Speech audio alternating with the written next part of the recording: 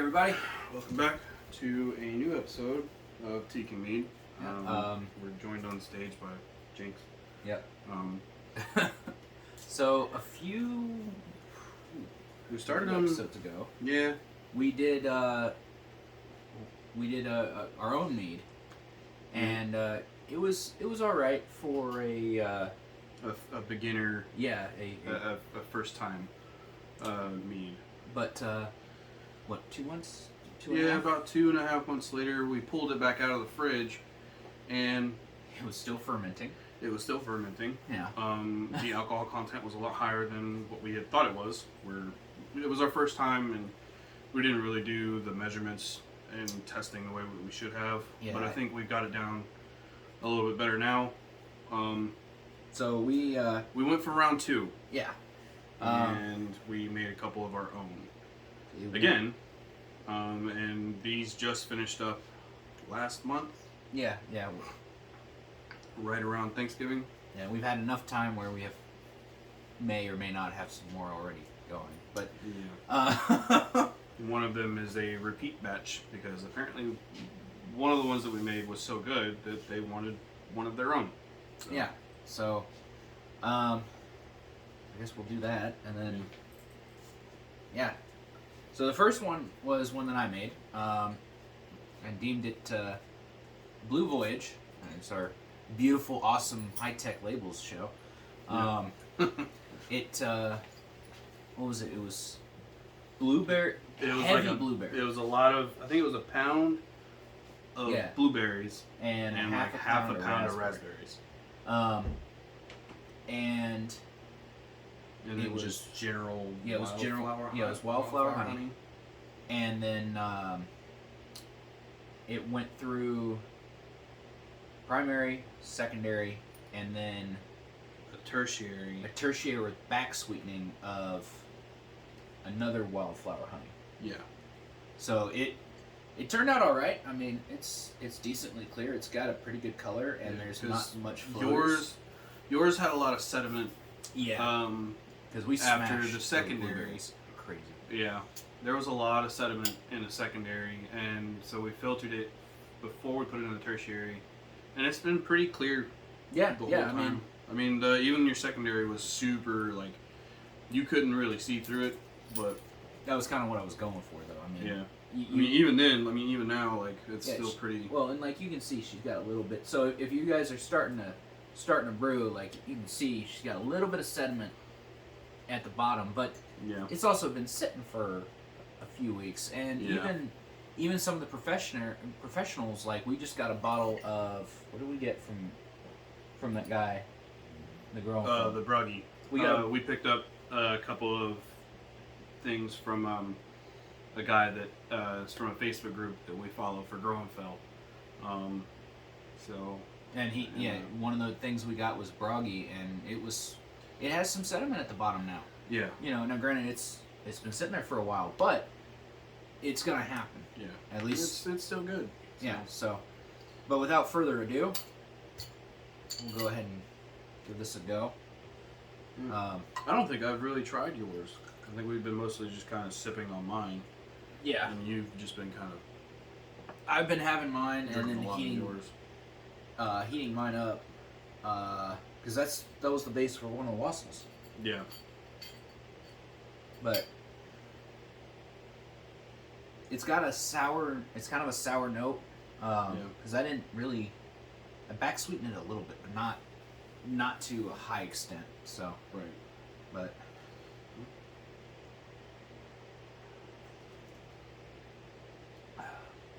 Yeah, it's a sour, but it's not like a super sour.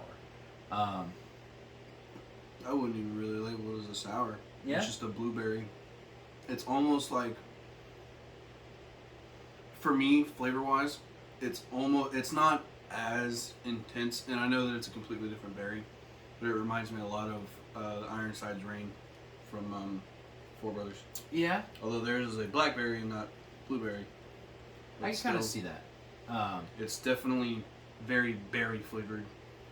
Yeah, I think the next time I do thank you. I think the next time I do a blueberry, I'm gonna do like we had discussed, do a primary and just as plain Jane. Just a very basic traditional, and then do all the flavorings in the secondary. As a lazy Viking. Yes. Dump everything in a bucket and close it up. Mm-hmm. Yep. That's very good. Oh, all 3 of them are bubbling, by the way. Nice. Yeah. Nice. All right. So, All right. would you like to introduce us to yours? Yeah. So, this one is kind of it's a Frankenstein of a mead. Honestly, it really is. I found a recipe for a spiced orange. Yeah. Mead out of a book. It was supposed to be kind of like a base for like a wassail. It's supposed to be like a warmer. Yeah, like a wintertime sort of drink. When we moved it to the secondary, I tasted it and it was super bitter. I think I had a little bit too much of the orange peel in there, and it was really like there was a lot of a pithy flavor in it, and it wasn't that great. Yeah. And so I back sweetened it with a bottle of maple syrup that I got from the local grocery store, and I kind of was just wanting to try something because I had always thought about it but never did it, and that was to make a capsamel. And I threw in, I cut them in half, and I threw in 5 habaneros, and I just let them float. Just let them float around there. And I shoved it back in the cabinet for like a month. Yeah, it was up there for a long while, dude. And the crazy thing is, it cleared up so much. To the point where, and I'll post it on our Instagram. It's on the Instagram, but at least the first iteration of it. Well, but this is the Maple Helfire, and it's been sitting for a little bit. You can read a name tape through it with no problem. It's crazy. It's insane how clear this thing is. And I mean, there's some floaters, there's a little bit of sediment in there, but this has been sitting since Thanksgiving, basically. Because I pulled it out, I think, 2 or 3 days before. Something like that. Well, and it was a little worrisome when we started pouring. I was a little concerned at first about how hot it was going to be. And this version is actually not that bad. We'll go into this one later. Yeah. So the basic, we called it Maple Helfire, mostly because of the obvious maple syrup, but Helfire being spelled Hel after the realm of Helheim. Yep. And the ruler, Hel herself. So, yeah, it's a maple habanero mead. And funny enough, we went to Twisted Horn recently, and they want us to bring some up there for them. Yeah, they want to give it a taste. So we're gonna bring them a little bit of this one, and a little bit of the next one. So, and this is a fairly fresh bottle. I think this is actually the first time it's been opened since we bottled it. This one? Yep. This bottle? Yeah, I think bottle. this is a fresh bottle. And I mean, no, I'm not gonna fill these all the way like the last one, because I've discovered while this one isn't very hot, it lets you know it's there. It is more. You get a lot of the habanero pepper flavor without much of the heat, and a little bit of maple in the background. Yeah, it's definitely. But that's the thing. It's just like you said. It's a little bit of heat, but you get that flavor from the habanero, and it's such a beautiful flavor. Yeah. You know, I'm honestly surprised at how well it turned out for a first time making a capsamel, which I've never done it in my life until now. This is my second mead that I've ever tried to make, and the first one on my own, and it actually turned out a lot better than I thought it would. Yeah, because I was fully prepared to trash it after that wouldn't happen before moving it into the secondary. Because that wouldn't happen. Because come on, even bad meat is good meat. I don't know, man. That first iteration was pretty bad. Really. So, well. Yep. See you on the other side. Of course. You get, and the other thing too is I've got mulling spices in there, so you can taste those mulling spices. It tastes like a warmer. but then there's that maple that's twisted in there, and then obviously you get a splash of heat from that habanero that's been floating around, and you get that habanero flavor. And it's not, and just like you were saying, the heat isn't like insanely intense. It's there. It's kind of like, what's those candies? The hot cinnamon tamales, the red hots, or the atomic balls, or whatever they're called. Yeah, it's kind of like that. It gives you that hint of spice if you're used to spice. But it's not like, for those of you who are thinking, oh, so it's like Fireball. No, it's not like Fireball at all. Yeah, it's no cinnamon flavor. There's cinnamon in it, but it's like a couple of cinnamon sticks. There's actually not a whole lot of cinnamon in it. Yeah, it's a note of it. Yeah, it's part of the spices that are in it. Yeah.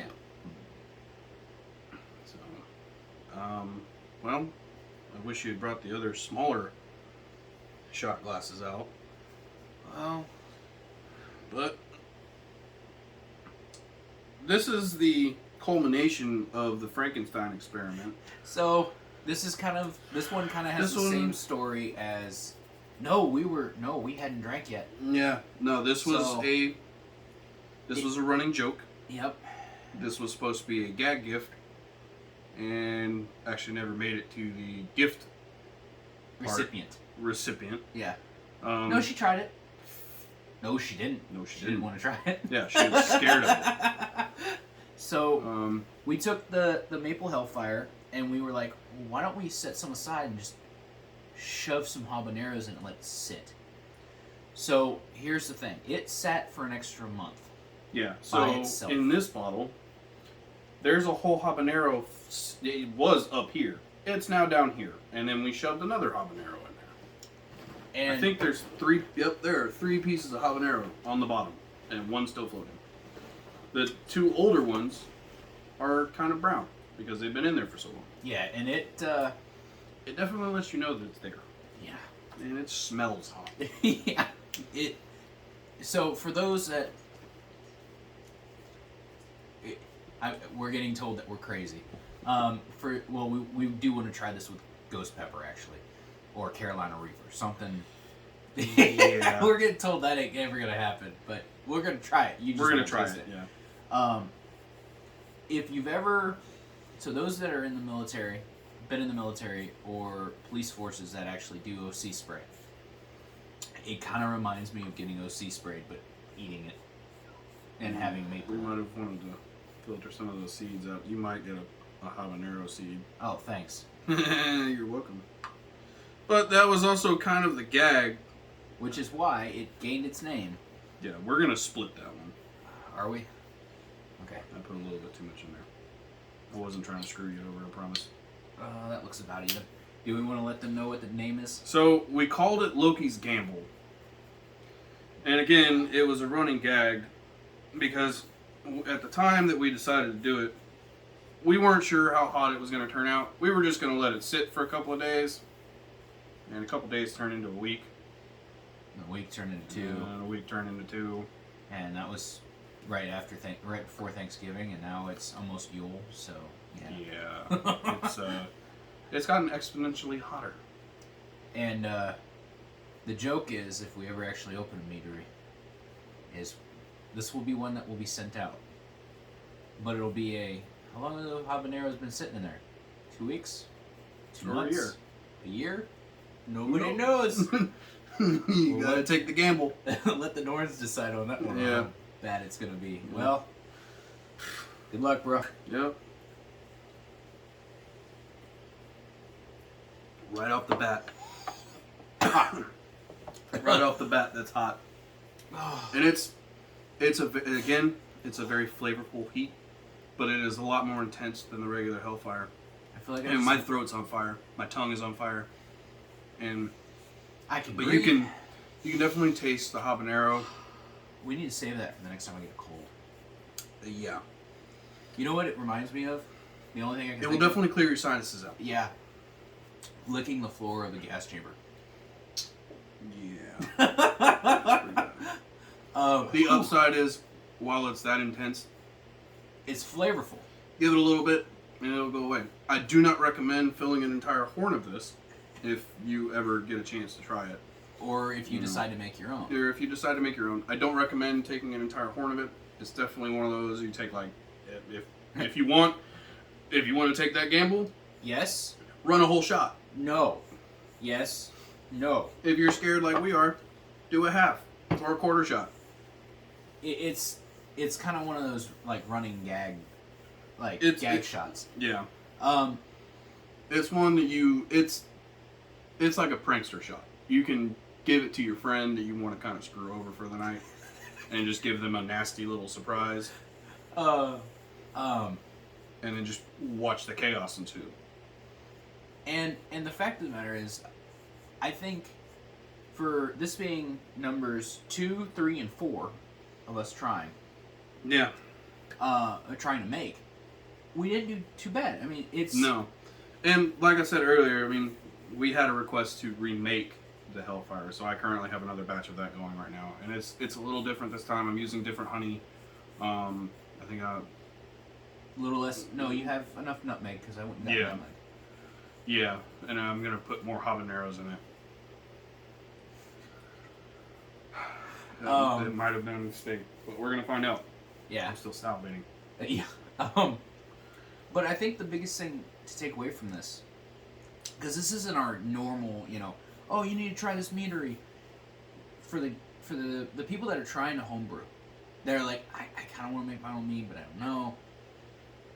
Try it. It's a lot easier than you think it is. Yeah. Yes, there are a lot of, I won't say moving parts, but there are a lot of parts that go to it. And a lot but of if you want to start with just a super basic, just go to your store, go to the local grocery store. You can order the 1 gallon mead making kit off Amazon. It's like what, $75-$80. Something like that, and it comes with the honey. Yeah, it comes with the honey and the yeast, and the sanitizer, and everything else. Everything you need to make a gallon of mead. I mean, literally all you do is. And the great thing is, like, it's small batch, so it doesn't have to sit as long as you think it does. You literally run it until it stops bubbling, which for us out here in California takes about 2 weeks. Yeah. And then you stuff it all into your clear 1 gallon carboy, and you wait until it clears up, and that's it. And that takes maybe 3 weeks to a month. And then at that point, if you've done it right, even if there's not a whole lot of alcohol in it, you still got mead. Yeah. Well, and and yours was. You can filter it through some cheesecloth, which you can get pretty much anywhere, at like an art store or something. Yeah, I think that's where we're. Yeah, we're getting. Okay, maybe. Well, and yours turned out. What was the estimate? Somewhere between. When I tested it at the beginning, the Helfire started at 12, and when we finished, it's around 18. Yeah. So it will definitely increase. Like the second batch that I've got going, because it's a little different. I mean, this time it's starting at 9, so realistically, it could be anywhere between 14 and 16, or maybe it's going to be 12. I don't know. Yeah, and there is some guesswork into it. It's. And that's the great thing about it is like no 2 batches are ever the same. And even with the big companies, I mean, we found that with Groenfeld, with Four Brothers, with everywhere we've gone, where we've ordered more afterwards or got more afterwards, where batch 2 will be different than batch 5. Right. Yeah. And it's even just a slight taste difference. Mm-hmm. But yeah, I mean, if you're looking, just like I was saying, if you're looking at trying, try it. Just screw it. Jump off the deep end. Yeah. And because we give it a shot. I mean, we did. Yeah, we did. It's turned out fairly well. I mean, we're not going to claim to know everything about it. We have no idea what we're doing, actually. Yeah. But we've been semi-successful, and we're just going to kind of run with it. Yeah. Yeah. I don't know if semi-successful. I mean, it's drinkable, and there's alcohol involved. There's a lot of alcohol in there. we still gotta get on the level of Dustmute. Yeah. I still want. That's what this one's at. It's at 18. Yeah, but I'm looking. The problem is you can't drink this one that fast. Right. I'm looking at like a 23-ish. Yeah, we may have to up the amount of honey and maybe a little more yeast. Yeah. I don't know. Anyway, I don't know. but and play around with your yeast. Play around with your different meat or honeys. We've got one going right now. Try different things. Unfiltered, it's unprocessed or whatever. Yeah, it's as pure as it can get. As in, it still has chunks of freaking honeycomb in it. Yeah. And right next to it is one that has like pure filtered, all that happy stuff. And when we made them side by side, one is like almost motor oil dark. Yeah. And they're same yeast, same water, same barrels. I mean, heck, even the alcohol that's in the bubbler is identical. Mm-hmm. But that honey's different, and it changed the color completely. Mm-hmm. And I can't wait to try the two of them next to each other, because it's going to be different. But anyway, so that's pretty much it. I don't know. Yeah, I don't really have anything else. I mean, we've done the 3 that we had. Unless we want to get the 4th grabbed. We'll be back. But the more of y'all we can get you to either order mead or say the heck with it and give it a try and try making your own or something, the better. Because I'm going to do that. I'm going to go grab my horn and fill it with water because my mouth is still on fire. Because, you know, it's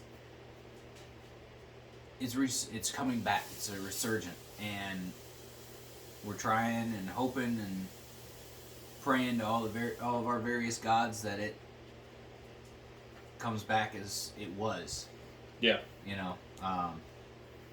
But anyway, so Freya's Vision. If I remember right, this one was a cranberry and maple. Orange Maple with Orange cranberry. maple. And mulling spices. This was another one we did for 3. We did this one with, I think it was a variety of different honeys. Yeah, it was kind of a mixed bag. Yeah, a dump in whatever we got. It actually turned out more, and don't take this wrong, more warmer than yours did. I mean, towards the end, that's kind of, yeah, mine was supposed to be a Capsamel. Yeah. To the point where this is all we've got left of 3 gallons. Yeah. Let's not use that one. Grab that. Yeah. Yeah, the ones that have had mine in it. Yeah. Alright, so there's that one.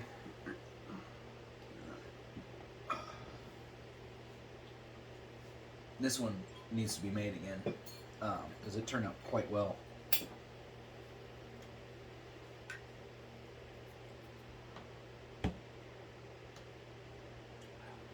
So, it's got more of that spice.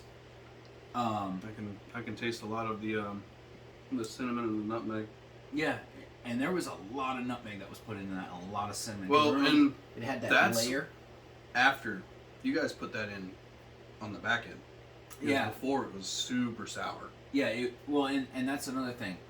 If you like, you know, you're gonna like, all right, I'm gonna taste it after the primary, and it's atrocious. Finish it out. Just be patient. Finish it out, because all 3 of these were atrocious. Yeah, and then they ended up all beautiful. But that one with Freya's Vision, it's very drinkable. It definitely was great warm. Yeah. And it's got. We did the math wrong initially. We thought it was like 1 or 2% alcohol. No, it's like 12. It'll. I know for a fact that it will get people buzzed. I've watched it, I've seen it, and it's made me laugh. So, yeah. But yeah, go out there, try making a basic, try making a more advanced.